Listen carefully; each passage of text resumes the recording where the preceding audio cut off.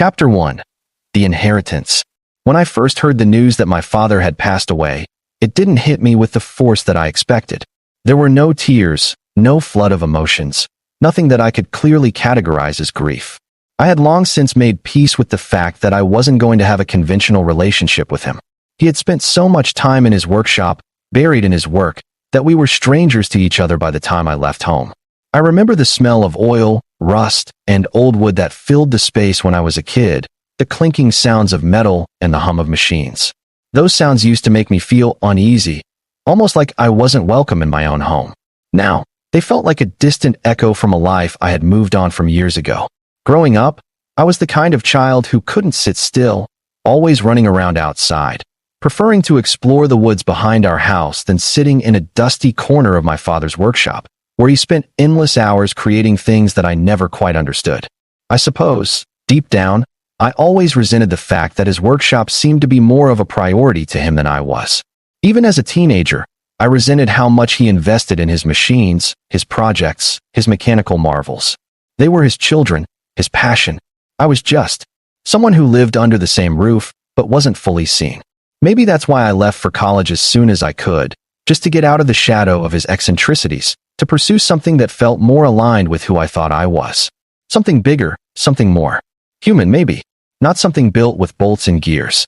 After the funeral, I found myself back in Thornhill, standing at the edge of the dusty old workshop that had been my father's domain. The door creaked open, and the familiar smell hit me immediately. The mixture of grease, metal, and dust was almost overpowering. The old workbench, where he spent years fiddling with half-completed projects, was still there, covered in a layer of dust, the tools neatly arranged just as I remembered them.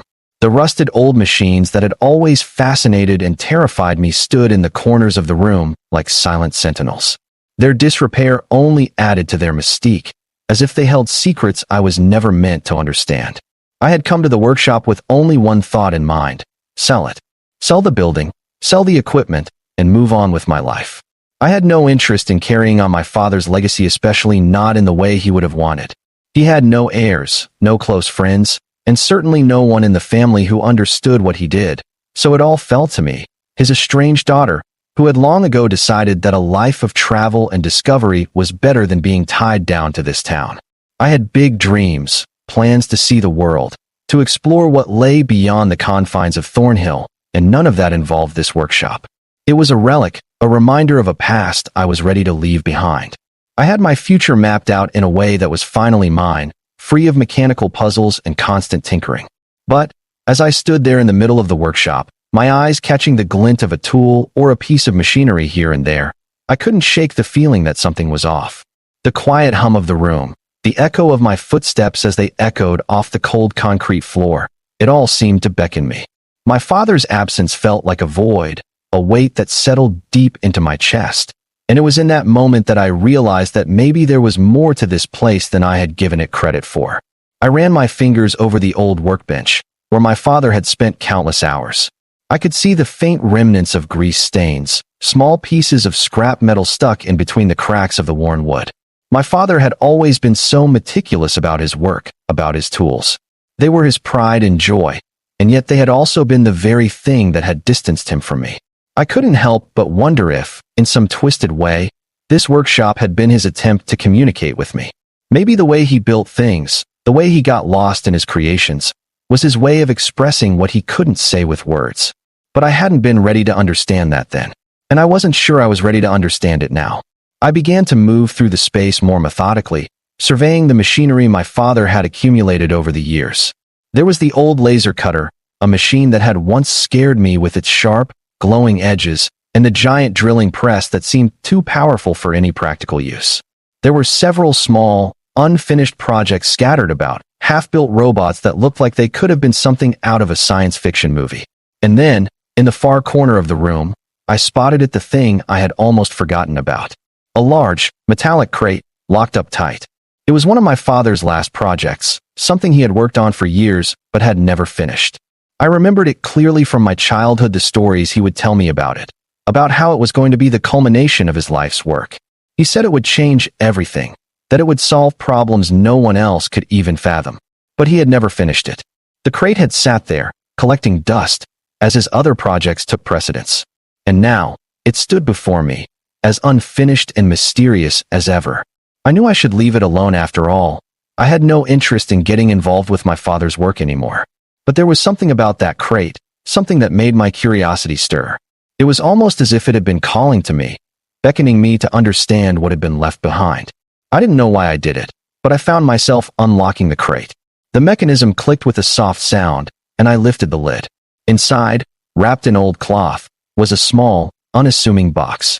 I felt a strange sense of reverence as I carefully lifted it out, examining it in the dim light of the workshop. It was a sleek, metallic box, with intricate engravings that seemed to shimmer with a life of their own. There was a strange symbol etched into its surface, one I didn't recognize. It wasn't like anything from Earth, and that made the hairs on the back of my neck stand up. As I studied the box, something inside it shifted. A faint whirring sound filled the room, and the air seemed to thrum with energy.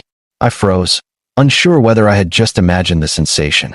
But then, the box began to open on its own. It was slow at first, its panels sliding apart to reveal a small device inside. It looked like a communicator of some sort, but unlike anything I had ever seen. The technology was alien, far more advanced than anything humans had developed. It was as if the box had been waiting for me to open it, to activate it. My hands trembled as I reached for it, not fully understanding what I was doing, but feeling compelled to. The moment my fingers made contact with the device, the room seemed to vibrate with energy. The walls shimmered, and I felt a strange warmth flood my body. There was a voice in my head, faint at first, but growing clearer as I focused. "You are the heir," it said, the voice soft but unmistakable. "You are the one who will continue the work."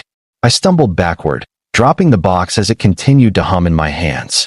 My heart raced in my chest as the voice echoed in my mind, growing louder, more insistent. "The work is not finished. It is not meant to be sold. It is meant to be completed." I looked around the room, my mind reeling from the surreal experience. I had only come here to sell the workshop, to move on, to escape the shadow of my father's legacy. But now, standing in the middle of his workshop, surrounded by machines and memories I had long tried to forget, I realized that I was far from done. My father's legacy had found me, and it was asking me to finish what he had started. The hours dragged on as I sat in the workshop, the only sounds filling the air being the soft hum of the machinery and my own breath, which seemed unnaturally loud in the silence.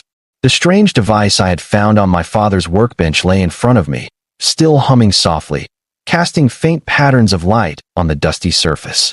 Despite the years I had spent avoiding this place, avoiding him, it was impossible to ignore the strange connection I felt to the items surrounding me.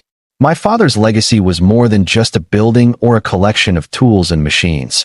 It was a universe of ideas, of projects left unfinished, of dreams never realized. And now, somehow, those dreams were mine to carry forward. I ran my fingers over the sleek, metallic surface of the device, its smoothness somehow both comforting and alien at the same time. It felt warm, almost alive, and I could sense the hum of energy pulsing beneath my fingertips. I could hear the faint voice again, the one that had spoken to me when I touched the device earlier. "You are the heir. You will finish the work." The words sent a chill down my spine, and for a moment, I considered walking away. But something held me there. I had spent so many years resenting this place, wanting to sell it, to get away from it. But now, the idea of walking away felt like an impossibility. There was too much at stake, too many unanswered questions. My father's obsession with his machines, his projects, maybe they weren't just about him. Maybe they were about something greater, something that I was meant to discover. I felt a deep knot in my stomach. This wasn't what I had planned. I had planned to sell everything, walk away from it all, and never look back. Travel the world, see new places, escape the weight of my father's legacy once and for all.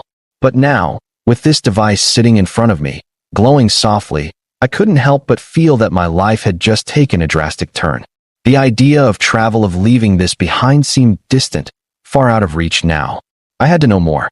I had to understand what my father had been working on all these years, even if it meant unraveling a legacy I had tried to escape. I picked up the device, my hands trembling slightly, unsure of what to do next.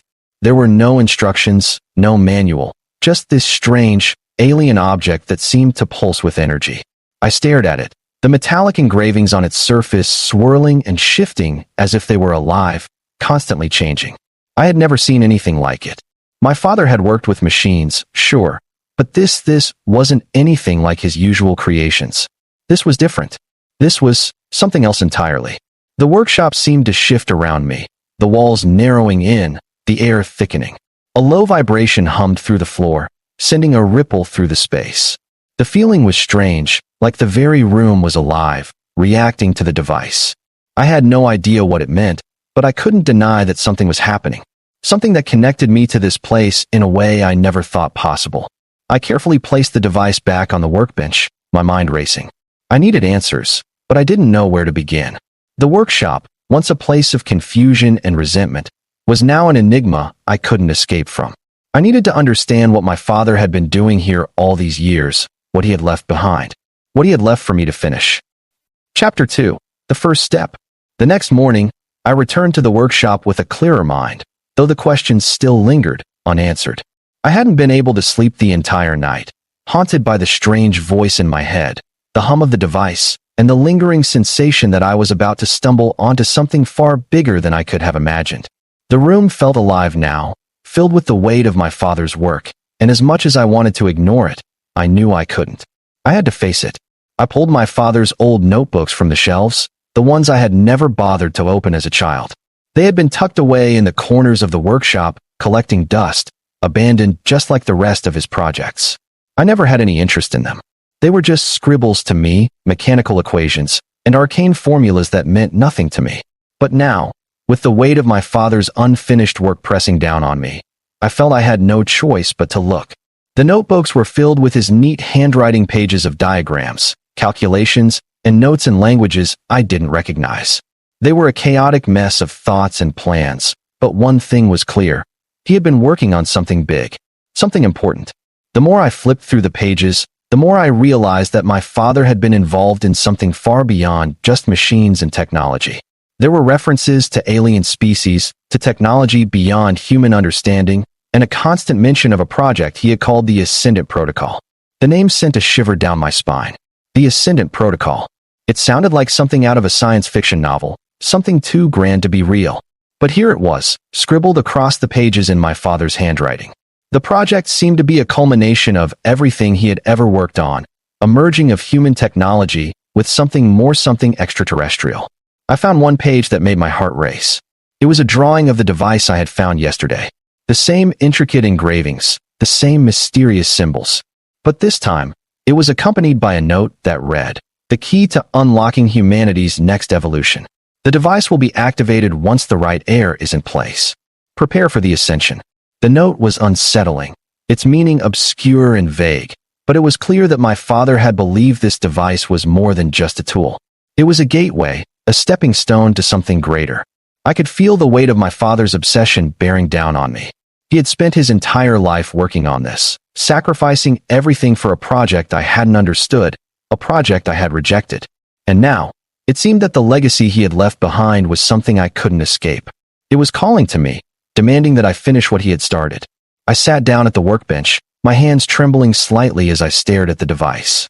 The drawings in the notebook had made it clear that I was the one who needed to activate it, the one who needed to complete the project. But how? What did that even mean? I didn't have the knowledge, the skills, the understanding to continue his work.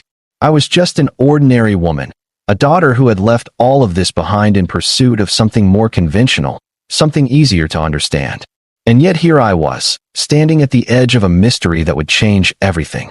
For the first time in my life, I felt the weight of my father's legacy, and for the first time, I felt that perhaps, just perhaps, it was mine to carry. The idea of traveling, of leaving this place behind, seemed laughable now. There was no escaping it. The work was unfinished, and I had been chosen to finish it. I reached for the device again, my fingers grazing its smooth surface. The hum returned, louder this time, and I felt a surge of energy coursing through me. This wasn't just my father's work anymore. It was mine too, and I had no choice but to follow the path he had set before me. The device on the workbench continued to hum softly, its energy pulsing in a way that felt almost alive. It was as if it was waiting for something or perhaps someone to activate it. My fingers hovered above it, hesitating just for a moment, before I took a deep breath and pressed down. The metal was warm under my touch, and the moment I made contact, the hum intensified. For a brief second, the entire workshop seemed to vibrate, and then the device's metallic surface parted like an intricate puzzle unlocking. A soft light began to glow from within, a pale blue light that bathed the entire workbench in its glow. I stepped back, my breath catching in my throat. This was it. I was unlocking something that had been hidden for decades, something that had been carefully designed by my father, yet had always remained just out of reach. The device before me seemed almost sentient, as though it knew its purpose and was finally, after all these years, being called into action. I watched as a holographic projection sprang to life above the device. The image was distorted at first, but slowly, it took shape, a series of complex symbols, some of which I recognized from my father's notebooks, others entirely alien. My fingers trembled as I reached toward the projection, trying to make sense of the strange language displayed before me. It wasn't just a random assortment of shapes and lines. It was a message, a guide, something my father had worked on tirelessly, perhaps hoping someone would one day understand it. The projections flickered and shifted, forming a map, one that stretched beyond the confines of Earth, beyond the familiar territories of human space. It was a map of the stars, of far-off galaxies, with coordinates that pointed to a distant system, a place marked with an ominous symbol that I immediately recognized from my father's journal. The Ascendant Protocol, it read. I was looking at the key to completing the project, and I was the one who was meant to unlock its secrets. It was overwhelming, the weight of it. My father, whom I had spent so many years resenting for his obsession with his work, had left me with the responsibility of continuing it. His dream, his life's work, had never been just about creating machines. It was about preparing for something larger, something that would change everything. I couldn't tear my eyes away from the projections, but a sudden noise in the doorway made me snap back to reality. The hairs on the back of my neck stood up as I turned to see a figure standing in the doorway of the workshop. My pulse quickened as I recognized the silhouette, a familiar face from my childhood. "Dad," I whispered under my breath, though I knew it couldn't be him. My father was gone. He had passed away, and yet there he stood, a ghost in the doorway, as if nothing had changed. The figure stepped forward, and the light from the device reflected off his face, revealing the stranger who had appeared in my father's place. He was tall, dressed in dark, form-fitting armor, his features partially obscured by a helmet. His eyes glowed with an ethereal light, sharp and unwavering, and as he looked at me, I felt a chill run through my veins. This wasn't my father. This was something else entirely. "I've been waiting for you," the figure said, his voice calm but laden with authority. It was deep, unnatural, and it carried an undertone that sent a shiver down my spine. "Who are you?" I asked, my voice barely more than a whisper, filled with a mix of fear and confusion. "I am Kale," the figure responded, stepping further into the workshop, his presence commanding. "I am an emissary of the Ascendant Protocol." The word struck me like a physical blow. The Ascendant Protocol? The project my father had been working on? But how could this being know anything about it? Was this a part of the work? Had my father truly been involved with something so far beyond anything I had ever imagined? I didn't have time to ask more questions. Kale moved swiftly, and before I could react, he reached the workbench and scanned the device with a series of motions that seemed almost mechanical. The symbols flickered again, flashing faster now, more intensely. It was as if the device itself recognized him, acknowledged his presence, and I could feel the weight of it. This wasn't just a machine, it was a key. A key to something greater than either of us could understand.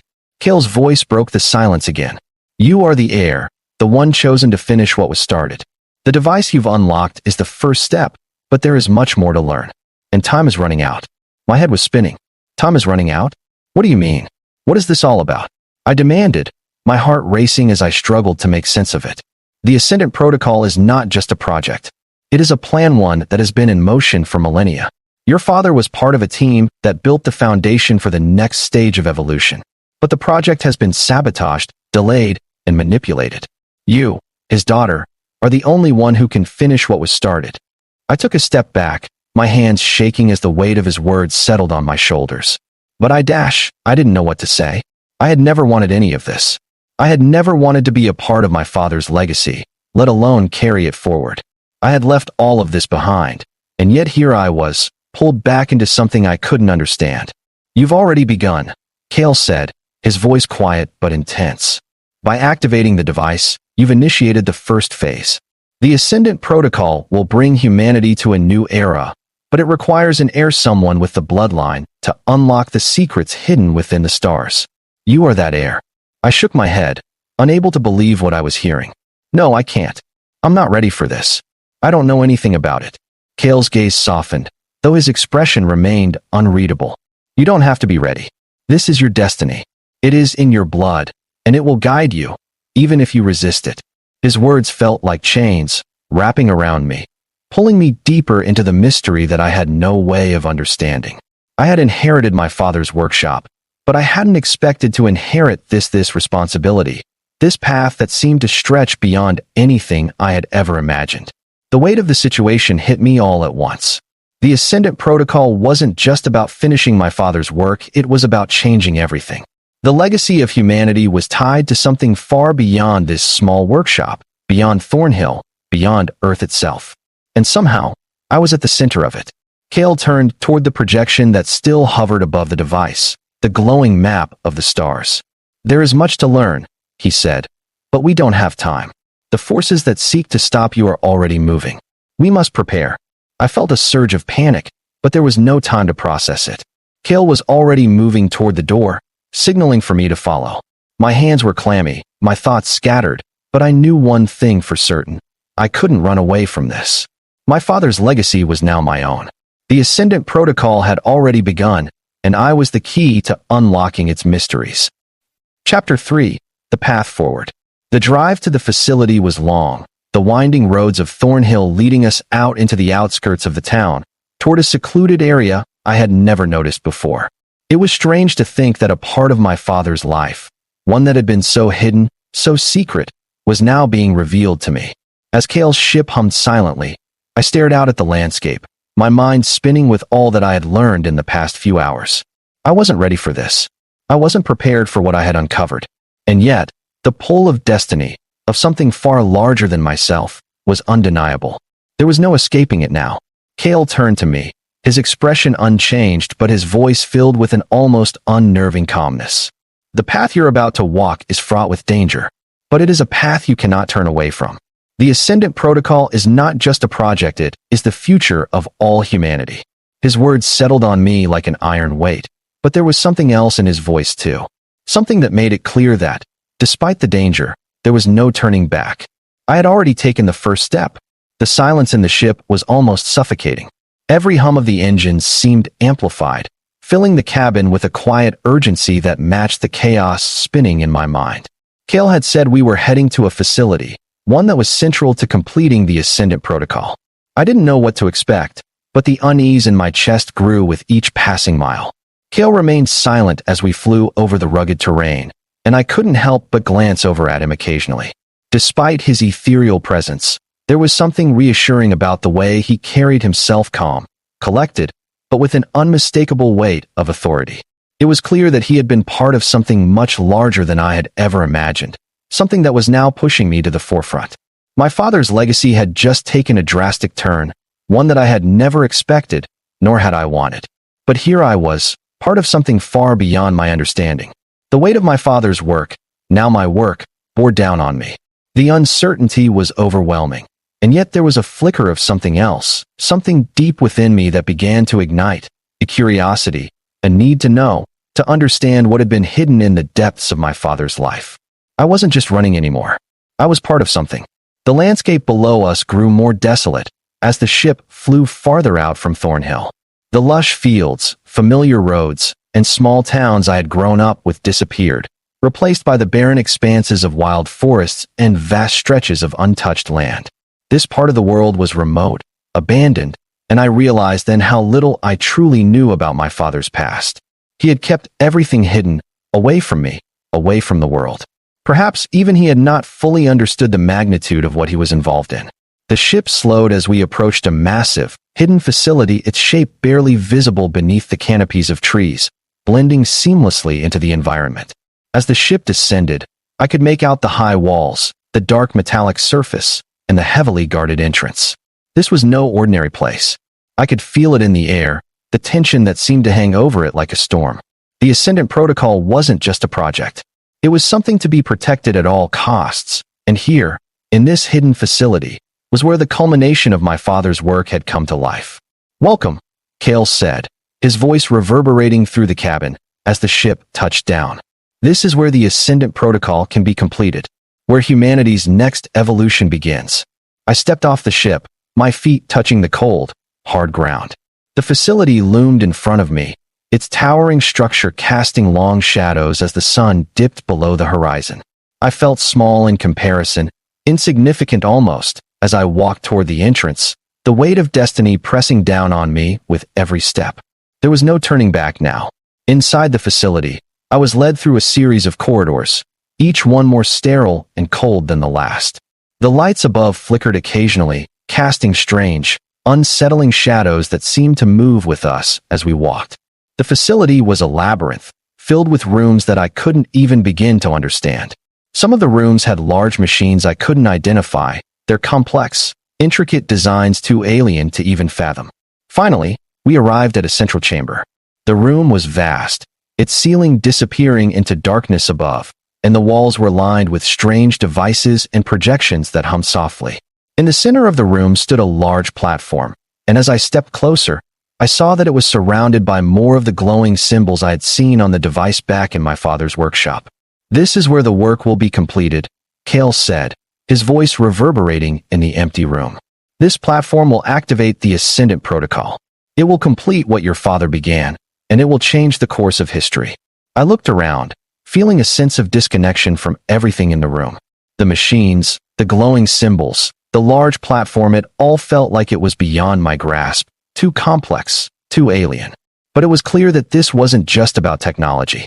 It was about something more, something deeper, something tied to the very future of humanity. The Ascendant Protocol wasn't just a scientific project.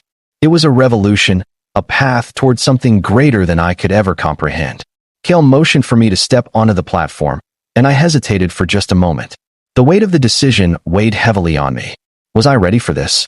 Was I truly capable of finishing my father's work? "The choice is yours," Kale said, "but the consequences of waiting are not something you will be able to control. The world outside is already beginning to change, and the forces that oppose the Ascendant Protocol will not wait for you." The urgency in his voice was clear. I stepped onto the platform, feeling the cool surface beneath my feet, and immediately the room around me seemed to shift. The symbols on the walls began to glow brighter, the hum of energy intensifying. My heart raced as I felt something stirring within me, something that was beyond my control.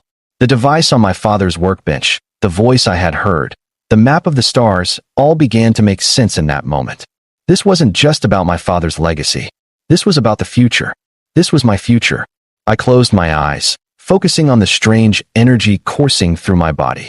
There was a connection, something that pulled me deeper into the center of the room, into the heart of the Ascendant Protocol.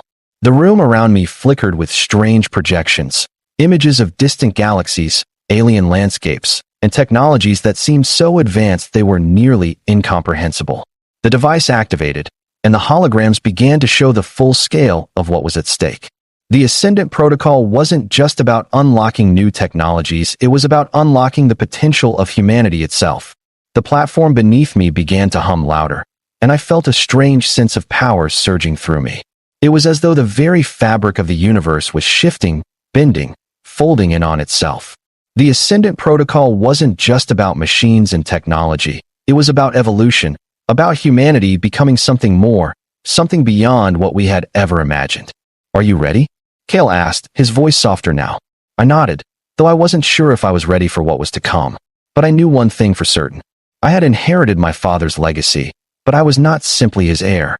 I was part of something much larger, something that could change the galaxy itself. With that realization, the room surged with energy, and everything changed. Chapter 4: The New Beginning. The power coursing through me felt like it was lifting me off the ground. It wasn't painful, but it was overwhelming, as if the world itself was reacting to my presence. The holograms around me shifted, showing stars and galaxies far beyond what any human had ever seen. The Ascendant Protocol wasn't just a project, it was a cosmic blueprint, a roadmap to the future of humanity. And I was the key to unlocking it. The symbols on the walls began to take shape, forming an intricate map of the universe, a map that my father had never been able to fully comprehend. But I could feel it now, deep within me. I understood it in a way I couldn't explain. The future was no longer a distant dream. It was within our reach. Kale stood off to the side, watching me with a mixture of approval and anticipation. This is the beginning, not just of your journey, but of humanity's. You have unlocked the Ascendant Protocol. Now, you must lead the way. I felt the weight of his words, the enormity of what had just occurred settling on my shoulders. But even though the pressure was immense, I didn't feel fear. I felt something else, a sense of clarity, of purpose. This was what I was meant to do. I wasn't just the heir to my father's workshop. I was the heir to something far greater, something that would shape the future of not just Earth, but the entire galaxy. As the energy began to fade, the projections disappeared, leaving the room bathed in an eerie, soft glow. I stood there, rooted to the platform, my mind racing with possibilities. The device, the platform, the holograms, they had all been leading me here, to this moment. And now, I had a choice. I could walk away, continue the life I had planned, and ignore everything that had happened. Or I could step into the future, embrace the legacy of the Ascendant Protocol, and lead humanity into a new era. I knew the choice I had to make. I'm ready, I said, my voice steady and full of resolve. Kale nodded. Then the journey begins. With that, I stepped off the platform, my heart full of purpose, my mind clear. The path forward was uncertain, but one thing was sure. The Ascendant Protocol was no longer just my father's legacy. It was mine, and I would see it through, no matter what. The stars above us were just the beginning.